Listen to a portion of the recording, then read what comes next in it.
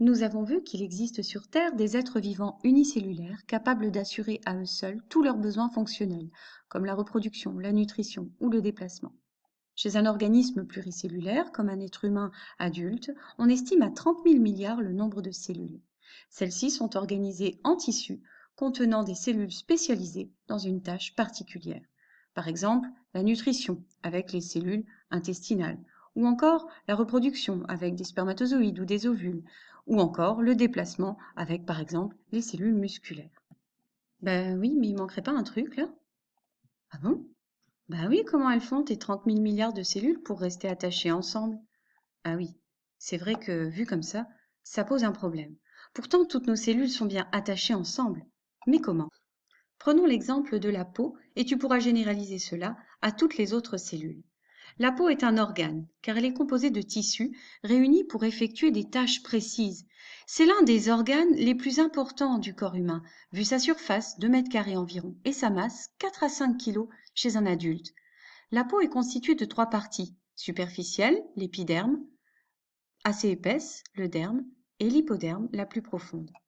Regardons maintenant comment se fait l'adhérence entre les cellules du derme.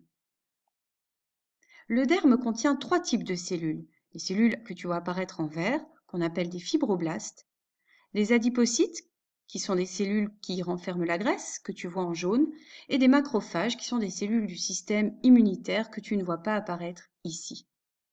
On observe sur cette photo, prise au microscope électronique à balayage, les fibroblastes du derme. Ils sont entourés de fibres de collagène et d'élastine.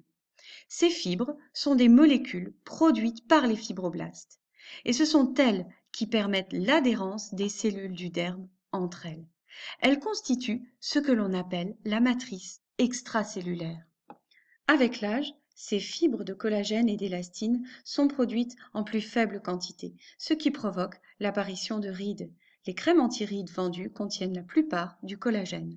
Alors bien sûr, toutes les matrices extracellulaires ne ressemblent pas à celles du derme, mais cette matrice existe entre toutes les cellules d'un être vivant pluricellulaire. Et c'est ce qui fait que tu ne ressembles pas à ça. Alors, plus sérieusement, si tu dois retenir une définition, c'est celle-ci.